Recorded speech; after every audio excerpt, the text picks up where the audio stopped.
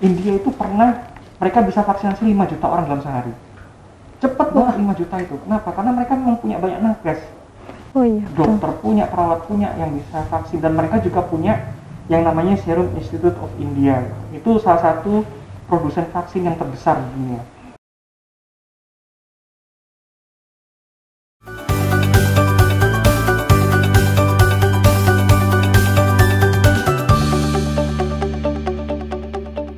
Assalamualaikum warahmatullahi wabarakatuh. Halo, apa kabar Sobat Ngalir? Kembali lagi dengan Ngalir Talk Show, ngobrol ala IR yang dipersembahkan oleh Laboratorium Diplomasi Program Studi Hubungan Internasional Universitas Islam Indonesia.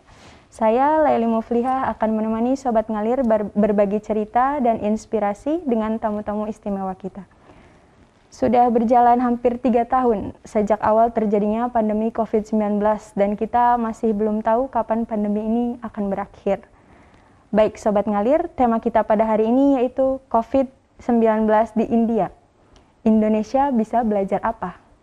Dan telah hadir bersama kita dosen Program Studi Hubungan Internasional Universitas Islam Indonesia dengan minat penelitian meliputi isu-isu seperti agama dan hubungan internasional, pemikiran politik Islam, studi politik Turki, dan studi politik India, yaitu Bapak Haza Min Fadli Robi, SIP MSc. Mari kita sapa bersama. Assalamualaikum Pak Haza. Waalaikumsalam. Apa kabar Bapak? Alhamdulillah. Alhamdulillah. Baik, Sobat Ngalir dimanapun berada, India cukup berhasil menurunkan jumlah kasus COVID-19 pada bulan September 2020. Kasus COVID di India mencapai angka 97.000 kasus per hari. Namun jumlah ini juga terus menurun hingga 10 kali lipat hingga pada bulan Februari 2021 mencapai angka 9.000 kasus saja. Akan tetapi pada bulan Maret sampai Mei jumlah kasus COVID-19 kembali mengalami peningkatan hingga mencapai 400.000 kasus per hari. Nah mungkin Sobat Ngalir juga penasaran nih, sebetulnya Bapak apa penyebab dari jumlah kasus COVID-19 yang melonjak tajam di India pada saat itu Pak? Oke, jadi saya mulai dulu ya dengan Bismillahirrahmanirrahim. Terima kasih kawan-kawan Lab Diplomasi sudah mengundang saya untuk ngobrol di Ngalir Talk Show. Untuk jawaban dari pertanyaan itu sebenarnya kita harus melihat ke awal ketika pandemi itu mulai terjadi di India. Gitu. Jadi awalnya pandemi itu masuk di India pada awal tahun 2020, tepatnya di bulan Januari. Gitu. Nah, pas itu saya kebetulan sedang di India, di Delhi. Kebetulan sekali. Pas saya lagi di Delhi, saya lihat breaking news, lagi sarapan di hotel. Wah, sudah ada berita kalau COVID itu masuk di Kerala. Kerala itu negara di bagian selatan India. Saya sama teman saya udah was-was. Ini gimana nih, kita kira-kira masih aman gak ya? Aman, insya Allah nggak apa-apa. Padahal kami itu waktu itu udah nggak pikiran pakai masker, nggak apa, tapi tawakal Allah aja lah, yang penting kita ikuti acara di India. Waktu itu saya lagi ada acara diundang oleh teman-teman dari Indian Foundation untuk ikut fellowship. Ya udahlah, kita tawakal Allah, udah ikutin aja semua acaranya, dan alhamdulillah sampai sini nggak sakit gitu. Ya, meskipun begitu ada extra screening ketika saya transit di Changi sama di Jakarta gitu ya, meskipun ada aturan karantina. Lalu kemudian berapa bulan setelah saya pulang dari India, tepatnya di bulan Maret, itu India langsung lockdown. Kenapa? Karena kasusnya itu sudah sangat masif. Delhi sudah kena, Mumbai sudah kena, dan Delhi sama Mumbai itu dua kota yang paling populasinya paling padat. Sehingga kalau dua kota itu sudah kena, otomatis ekonomi India pincang, semua sektor sosial politik ini tuh pasti udah berantakan sekali kalau sudah kena semua. Sehingga langsung ditetapkan oleh pemerintah pusat lewat Ministry of Health dan Family Affairs itu untuk menutup semua aktivitas publik. Jadi banyakkan India yang setiap hari itu ramai dengan orang. Kalau teman-teman lihat Bollywood itu kan klakson di mana-mana, itu berhenti di malam itu, udah tidak ada lagi suara. Bahkan polisi ketika melihat orang keluar rumah itu langsung dipukuli pakai bambu. Seketat itu peraturannya untuk di India. Jadi kita harus lihat dari situ. Nah, kemudian kenapa ini bisa meningkat kasusnya di gelombang kedua? Nah, kita perlu paham bahwa saat lockdown pertama itu terjadi, Mbak Leli dan juga teman-teman Ngalir, itu banyak orang India yang kerja di sektor informal. Ada yang jadi buruh kuli bangunan, banyak sekali yang jadi kuli bangunan. Ada yang jualan asongan, ya sama kayak tukang-tukang cilok, tukang bakso itu ya. Itu mereka ketika lockdown otomatis kan mereka nggak bisa kerja apa-apa ya. Iya. Sehingga kemudian mereka itu ibaratnya harus balik ke kampung halaman, tapi balik ke kampung mereka nggak ngerti caranya, karena border atau batasan antar provinsi tutup semua. Sehingga yang terjadi adalah mess, kekacauan di mana-mana, dan orang-orang ini kan desperate, mereka yang penting hidup, mereka nggak peduli mati karena COVID, tapi yang penting mereka tuh bisa makan, bisa hidup. Sehingga orang ini terlantar, sempat ada upaya untuk membalikan mereka, tapi kemudian mereka ada berapa lunta-lunta, lalu kemudian nggak bisa mencari solusi apapun gitu. Ya akhirnya ada banyak juga kasus bunuh diri di antara orang-orang yang bekerja informal ini. Nah, setelah kasus gelombang pertama itu selesai, orang-orang ini, pekerja informal ini, itu kan mereka mendapatkan kesempatan kembali ya. Nah, akhirnya mereka tuh seolah-olah dilepas gitu udah. Mereka awalnya nggak punya tempat, lalu kemudian mereka bisa kerja lagi, bisa di warung lagi, bisa nguli lagi gitu ya. Nah, adanya kok pengelolaan orang-orang yang tidak terkontrol ya, orang-orang buruh-buruh kuli bangunan dan juga pekerja informal yang tidak terkontrol ini membuat mobilitas mereka juga jadi nggak terkendali gitu. Itu pertama. Yang kedua, pemerintah India itu jumawa sekali dalam menghadapi kesuksesan mereka di gelombang pertama. Karena mereka menganggap bahwa ini sudah kami antisipasi, semuanya akan aman, prediksi menunjukkan bahwa kasus akan turun terus trennya. Bahkan mereka saking jumawanya, pemerintah India itu sampai ngirim oksigen ke negara-negara Eropa yang sedang stabil. Padahal mereka tidak membaca bahwa mobilitas yang terjadi di masa itu akan pasti membawa mereka ke gelombang kedua. Cuma pada masa itu pemerintah India meyakinkan ke masyarakat, kita sudah punya sudah akan menuju herd immunity, nggak usah khawatir, semuanya aman gitu. Nah, yang memperparah itu juga adalah bahwa di bulan-bulan Februari Maret 2021 itu ada perayaan-perayaan agama Hindu. Wah, kalau perayaan agama Hindu itu lebih ramai daripada kita naik haji. Ramai sekali. Ada yang namanya perayaan Kumbh Mela.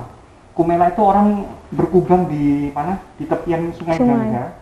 Tempatnya berubah-ubah. Tahun itu di Haridwar. Haridwar itu agak di utara dikit di Himachal Pradesh dan itu suhunya dingin. Jadi bayangkan semua pendeta Hindu ya dan orang-orang yang pengikut jamaah-jamaah itu berkumpul di sana nggak pakai masker sama sekali. Dan itu nggak bisa dikontrol sama pemerintah lokal dan pemerintah pusat. Sudah diingatkan, tapi yang namanya ngingeti tokoh agama kan nggak mudah ya. Nah, ini membuat masalahnya jadi susah. Dan selain itu juga ada Holi. Holi lebih parah lagi. Kenapa? Karena Holi itu kalau kamu pernah lihat ini ya Mbak ya, orang lempar-lemparan serbuk warna itu, nah itu Holi. Itu kan droplet itu menyebar sangat cepat sekali di sana. Sehingga setelah ada Holi itu langsung kasusnya meningkat sekali, terutama di Delhi, di Mumbai, dan di permukiman padat gitu ya. Nah, inilah yang kemudian hal-hal yang memicu kenapa kasus di India itu sangat cepat sekali menyebar. Kenapa ada varian, mungkin karena kerumunannya yang sangat luar biasa banyak gitu. Dan India juga standar higienitasnya kan tidak sebagus di Eropa atau di negara-negara yang berkembang gitu ya. Itu yang perlu diperhatikan untuk memahami kenapa gelombang India itu sangat mengerikan sekali ibaratnya. Gitu. Baik, terima kasih Bapak. Menarik sekali karena populasi India juga termasuk yang sangat banyak populasinya seperti itu. Dan pada saat itu Bapak bagaimana strategi India, apa yang India lakukan dalam menurunkan kasus COVID yang second wave itu? Sebenarnya strategi India pun juga awalnya gagal semua. Kenapa gagal? Karena India itu begini, India itu adalah pemerintah yang mengadopsi sistem federal. Jadi nggak kayak Indonesia kan terpusat ya, apa-apa harus ada Jakarta. Meskipun ada desentralisasi, tapi putusan tetap ada Jakarta gitu. Jadi Pemda ketika ingin mengambil satu keputusan yang strategis, ya, terutama dalam masalah seperti ini, kesehatan, itu harus minta ke pusat dulu. Ya. Kalau di India nggak, di India itu negara-negara bagian federal, itu punya otonomi sendiri untuk menentukan arahan kebijakan mereka seperti apa. Nah, yang menjadi agak rumit seperti ini, di beberapa negara bagian itu partai-partainya bukan partai yang pro dengan pemerintah pusat, oposisi ibaratnya. Misalnya kayak di mana?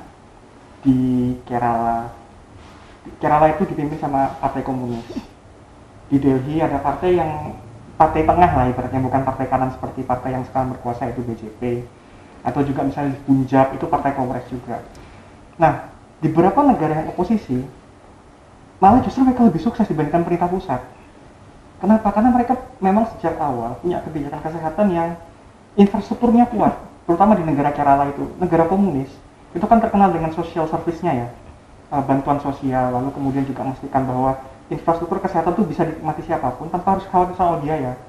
Jadi pemerintah Kerala itu sudah antisipasi. Mereka juga tahu bahwa sebagian besar populasi mereka itu adalah buruh migran.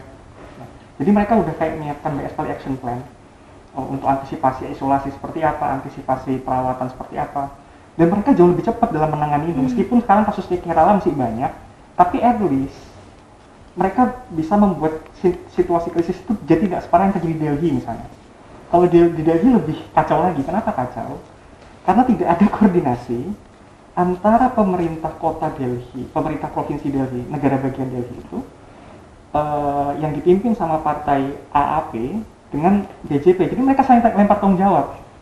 Di tengah lempar tanggung jawab itulah orang-orang nyari oksigen nggak ketemu, nyari rumah sakit nggak ada, sehingga mungkin teman-teman pernah lihat video orang-orang ngantri panjang sekali di India gitu ya untuk nyari oksigen. Kremasi tidak berhenti, bahkan sampai orang nyari kayu untuk bakar mayat itu nggak bisa. Separah itu kondisinya. Mengerikan ya. Iya, mengerikan sekali, itu seperti kiamat kalau orang bilang. Nah, sampai sekarang orang-orang masih mencoba untuk mencari tahu sebenarnya apa sih yang membuat pemerintah pusat ya, bahkan di ibu kota sendiri itu susah untuk menyelesaikan masalah itu gitu. Apakah memang karena nggak ada koordinasi dengan pemerintah lokal atau seperti apa? Jadi yang terjadi bukan mereka bekerja sama untuk menyelesaikan masalah itu, tapi justru lempar tanggung jawab gitu. Mungkin dalam satu kesempatan kita bisa ini sempat ada di Jakarta ya, tapi sepertinya pemerintah pusat sama Pemprov Jakarta bisa lebih kerjasama dalam hal ini ya gitu ya. Tapi di Delhi itu adanya miskoordinasi ini yang membuat situasinya tuh makin parah. Tapi untungnya sejak ada vaksin, pemerintah India jadi lebih cepat lah dalam menurunkan kasus itu gitu. Jadi strateginya sebenarnya gimana ya Mbak ya? Kalau kita lihat strateginya itu tergantung pada komitmen dari setiap pemerintah federal negara bagian untuk menyelesaikan krisis itu. Karena kalau enggak, ya mereka bakal nunggu lama dari pemerintah pusat, nunggu kode gerak baru jalan gitu kan. Dan biasanya negara-negara yang begitu ya negara-negara yang dikuasai sama partai berkuasa sekarang, mereka nunggu kode dari pemerintah pusat baru jalan. Ada berapa kemudian negara bagian dikuasai oposisi itu lambat. Kenapa? Bisa jadi memang karena tidak ada political will, tapi satu sisi juga komposisi masyarakatnya juga tidak terlalu terdidik misalnya. Tapi kalau kita lihat semakin kesini pemerintah India tuh makin ngerti bagaimana kemudian cara untuk mensinergikan kepentingan. Bahkan kalau saya lihat kemarin saat 2021 di gelombang kedua tuh hampir setiap minggu itu rapat pemerintah pusat di bawah Narendra Modi dengan gubernur-gubernur di negara bagian supaya semua kebijakan terkoordinasi. Oke lah, kalian boleh punya cara masing-masing, tapi tolong kita punya satu standar yang harus diterapkan bersama. Dan itu kemudian membantu mereka untuk lebih untuk lebih paham bagaimana kemudian kita bisa men-tackle situasi ini meskipun kondisi setiap negara bagiannya juga kapasitasnya itu beda-beda. Ya. Baik, jika berbicara tentang second wave nih Bapak, pada Juni 2021 Satgas Penanganan COVID-19 juga menyatakan bahwa Indonesia telah memasuki gelombang kedua. Puncaknya itu pada 14 Juli 2021 terjadi penambahan kasus positif COVID sebanyak 56.757 orang.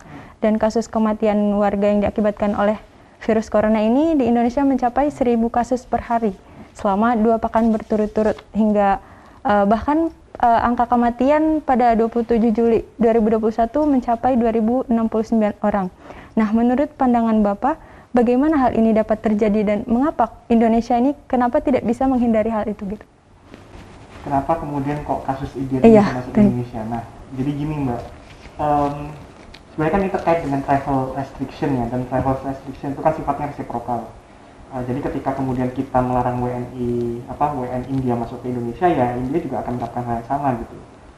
Tapi pada masa itu memang belum ada satu kebijakan dari pemerintah untuk melakukan reciprocity terhadap kebijakan itu. Kenapa? Karena yang pemerintah masih menganggap bahwa ini belum terlalu serius, kita masih bisa contain-nya dengan sistem karantina. Tapi kemudian karantina yang dilakukan terhadap WNI India yang datang itu 200 orang lewat Air Asia di sekitar bulan April 2021 itu ternyata nggak terkontrol juga. Kenapa? Karena orang-orang ini desperate untuk keluar dari India gitu, dan mereka nggak mau terlalu lama nunggu di karantina. Bahkan mereka beberapa warga negara India itu nganggap ini diskriminatif. loh kenapa kok kita doang yang dikarantina 14 hari? Yang lainnya enggak, orang dari Turki datang, enggak orang dari Jerman, dari Eropa datang, enggak, kenapa kita warga India kena gini gitu. Tapi pada akhirnya kan semua melihat bahwa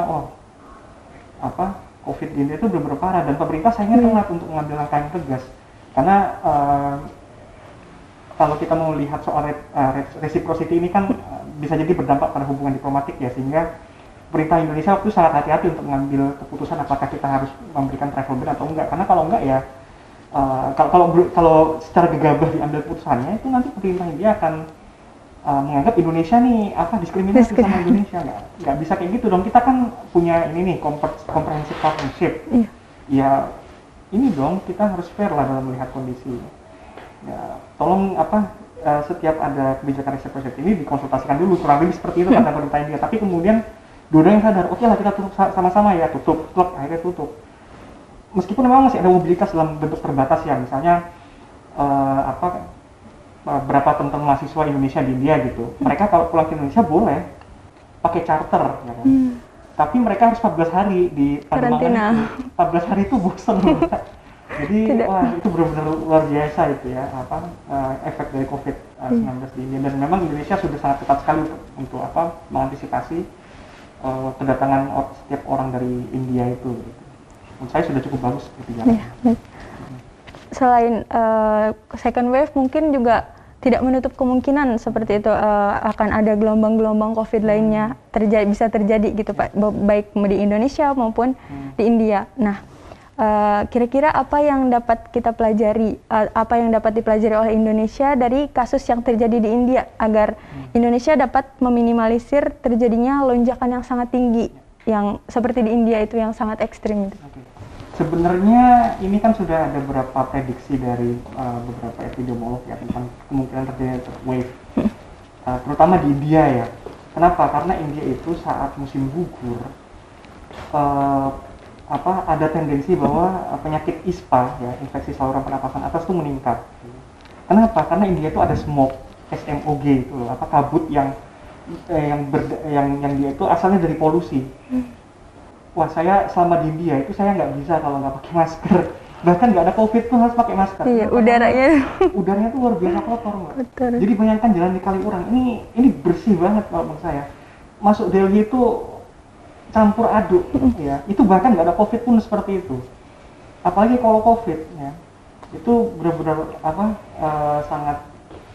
sangat toksik sekali udaranya, sehingga pemerintah India juga masih maksudnya sekarang hidup di India sudah seolah-olah back to normal ya, cuma kemudian pemerintah India sudah mulai mempersiapkan beberapa skenario agar nanti ketika terjadi third wave ya, itu semua infrastruktur kesehatan sudah siap untuk dibekali dengan hal-hal yang diperlukan, oksigen, bed capacity-nya sudah cukup gitu kan, sehingga nanti ketika orang-orang udah mulai kembali lagi ke rumah sakit ya, pemerintah India nggak akan terlalu repot dalam menghadapi itu ya.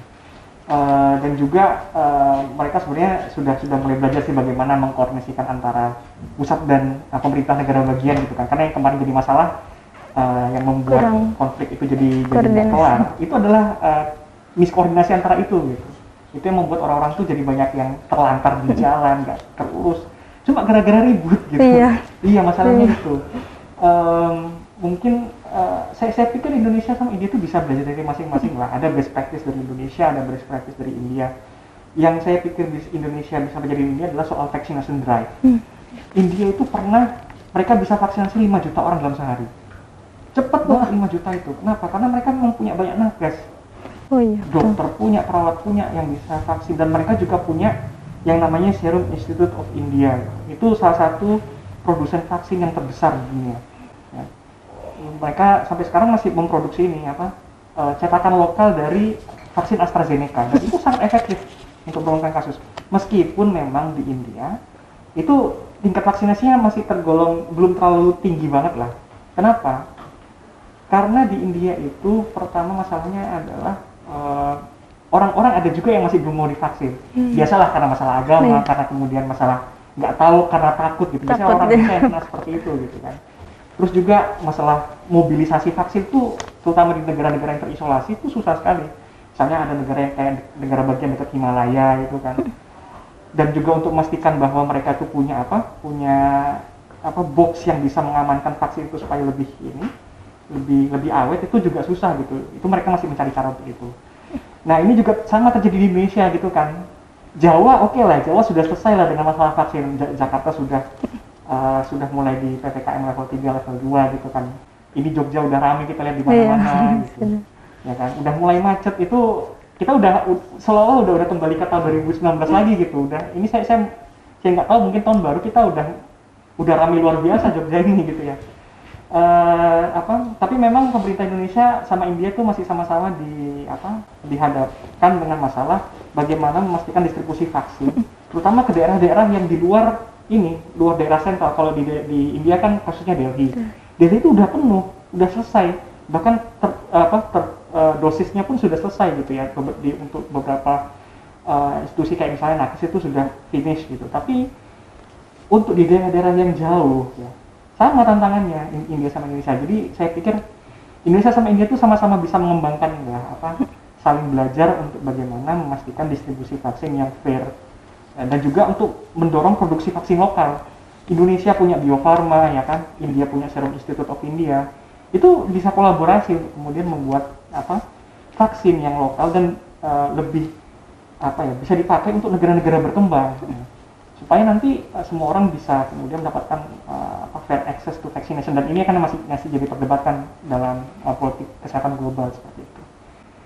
Agar cepat mencapai herd immunity. Betul, itu ya. Ini herd immunity pun Indonesia masih belum sebenarnya. Kalau Jawa udah mulai pede lah, tapi mungkin Sumatera belum, Kalimantan belum, Papua belum. Begitu juga di India, di daerah-daerah pusat-pusat yang misalnya kayak Delhi, Mumbai, ya kan, Kalkuta di Bengal itu sudah oke. Tapi misalnya kalau kita ke daerah-daerah yang agak pelosok dikit gitu ya, misalnya ke Telangana atau ke daerah Himachal Pradesh di utara, itu masih belum, karena orang-orang masih antara takut sama nggak ada dosisnya gitu. Itu sebenarnya masalahnya sama. Secara sosiologis tuh orang Indonesia sama India tuh punya kesamaan lah dalam menghadapi hal-hal seperti ini gitu. Kadang-kadang bilang, oh ini jangan-jangan bawaan Cina nih, emang itu masih banyak juga orang-orang India percaya itu tuh soal dan apalagi India sama Cina tuh lagi bermasalah hubungannya gitu. Jadi kayak ini jangan-jangan biological war gitu. Memang sangat menarik untuk menggali aspek sosiologis juga dari respon orang Indonesia dan India terkait dengan COVID. Vaksin. Nah, kita udah hampir 3 tahun ya Pak. Iya. Tentu saja pasti merasa lelah gitu dengan memakai masker dan protokol kesehatan dan yang lainnya seperti itu. Nah, kira-kira menurut Bapak, apakah ada kemungkinan pandemi ini akan segera berakhir seperti itu? Kalau dibilang segera berakhir ya juga ya Mbak ya. Karena herd immunity itu belum tercapai gitu. Kita nggak kayak Amerika. Orang Amerika tuh ke supermarket aja udah bisa vaksin. Itu pun biayanya murah gitu. Karena kenapa? Karena pemerintahan Biden itu emang punya komitmen untuk memastikan semua warga negaranya tuh bisa mengakses vaksin dengan harga murah. Cuma ya itu kemudian dalam konteks politik kesehatan global memang ada inequality, ada ketidakadilan terhadap akses vaksin. Afrika itu masih banyak yang belum vaksin. Jadi ketika kemudian India sama Indonesia sama-sama negara berkembang bisa mengadvokasi ini, bahkan bisa memproduksi vaksin lokal, saya yakin dua negara ini akan jadi leading power dalam sektor kesehatan global gitu. Karena kenapa? Karena kita membantu negara-negara yang belum bisa bangkit dari COVID ini untuk segera recover. Dan saya pikir ini justru jadi golden moment buat Indonesia sama India untuk kerjasama lebih intensif, terutama di soal kesehatan. Karena kenapa? Karena profil dua negara itu tuh sama loh, secara etnis beragam, ya kan. Infrastruktur kesehatannya mungkin comparable lah. India bisa lebih unggul, kenapa? Karena India itu punya komitmen di undang-undang dasarnya untuk ada jaminan kesehatan secara universal gitu ya. Banyak sekali rumah sakit milik pemerintah yang sama kayak Indonesia lah ibaratnya. Justru menurutnya kedepannya menurut saya Indonesia sama India tuh justru lebih banyak ngobrolin soal masalah-masalah kesehatan ya. Karena kita nggak tahu pandemi kedepannya ini akan jadi seperti apa gitu. Bukan cuma soal vaksin doang, tapi juga soal peningkatan kapasitas nakes, kapasitas infrastruktur kesehatan gitu. Bagaimana menghadapi tantangan kesehatan di masa-masa ke depan dengan adanya biological weapon dan segala macam. Itu India sama Indonesia tuh bisa berkolaborasi dengan lebih aktif lagi di sini. Gitu. Iya, baik. Kita hanya bisa berharap-harap coba dengan kondisi. Saya aja sih Mbak, itu. Iya. Tapi kayaknya nggak dalam waktu setahun 2 tahun. Mungkin kita setahun 2 tahun sudah mulai bisa lebih inilah offline gitu. Tapi tidak kemudian berburu kembali ke yang kerumunan Normal. gitu. Enggak. Masih butuh waktu untuk itu sebenarnya. Kita masih nunggu apakah winter musim dingin 2021 ini akan ada third wave di Eropa. Karena kalau ada, ini akan jadi satu hal yang perlu kita antisipasi dengan waspada. Apalagi kan kemarin Bali sama Bintan tuh sudah buka. Nah, tetap aja meskipun sudah vaksin, meskipun sudah sudah kemudian harus PCR dan lain-lain, harus antisipasi segala macam kemungkinan gitu. Nggak mudah untuk bilang semuanya akan selesai dalam waktu sebulan. Betul sekali. Iya. Baik, Sobat Ngalir, ini sangat menarik sekali kita berbicara tentang isu pandemi yang sampai saat ini masih berdampingan dengan kita seperti itu. Namun sayangnya mungkin perbincangan kita sama Pak Haza hanya bisa sampai di sini. Sebelum menutup, mungkin Bapak ada mau menyampaikan closing statement? Oke, closing statement saya begini sih Mbak. Pandemi ini kan memberikan kita sebuah gambaran tentang bagaimana sistem kesehatan global itu tidak didesain untuk menjawab tantangan-tantangan yang lebih rumit tentang masalah akses terhadap kesehatan dan juga fasilitas kesehatan gitu di politik global. Nah, sehingga kemudian kedepannya yang kita perlu harapkan adalah bahwa negara-negara berkembang seperti Indonesia dan India itu mampu memimpin suara negara-negara berkembang di forum internasional. Agar kenapa? Agar kalau ada krisis konflik terkait dengan kesehatan di depannya, itu negara-negara berkembang sudah punya suara satu yang sama, bahwa kita nggak bisa diperlakukan berbeda dengan negara-negara maju gitu. Dan harus ada satu peraturan rezim yang baru, rezim yang kemudian lebih bisa mengakomodasi kebutuhan negara-negara yang less developed dan developing, ya, supaya nanti ketika menghadapi krisis ya bukan cuma Eropa sama Amerika yang untung. Ya negara-negara seperti India, Indonesia, ya kan, lalu kemudian ada negara di Afrika kayak Nigeria, Afrika Selatan, itu kemudian nggak jumpalitan lagi dalam menghadapi krisis, dan kemudian mereka bisa lebih confident gitu. Saya tahu mungkin ini persoalannya ada pada pada soal sistem ekonomi global juga gitu kan. Tapi ketika kita percaya bahwa teknologi itu bukan seharusnya didominasi satu orang, tapi kemudian bisa menjadi akses semuanya, kenapa enggak gitu. Itu kan yang dikatakan oleh penemu vaksin AstraZeneca itu. Dia bilang bahwa saya nggak mau mencari apapun dari sini, saya cuma pengen COVID ini selesai dan semua orang bisa kembali ke normal. Nah, itu yang harus jadi pemikiran, dan saya pikir negara-negara berkembang satu frekuensi lah dalam hal ini, dan Indonesia dan India harus melanjutkan kerjasama yang positif dalam memajukan agenda-agenda negara berkembang untuk politik internasional lebih baik ke depannya, seperti itu. Baik, luar biasa sekali bisa mengobrol banyak dengan Pak Haza. Kami ucapkan terima kasih karena Bapak sudah berkenan datang ke Studio Ngalir dan memberikan banyak pandangan dan juga insight yang luar biasa seperti itu. Terima kasih juga kepada Sobat Ngalir yang sudah menyaksikan Ngalir Talk Show pada episode kali ini. Sampai jumpa di episode-episode selanjutnya. Jangan lupa tonton terus episode Ngalir berikutnya. Stay tune dan like, share, dan subscribe channelnya Ngalir ini. Saya Leli Mufliha mohon undur diri. Assalamualaikum warahmatullahi wabarakatuh.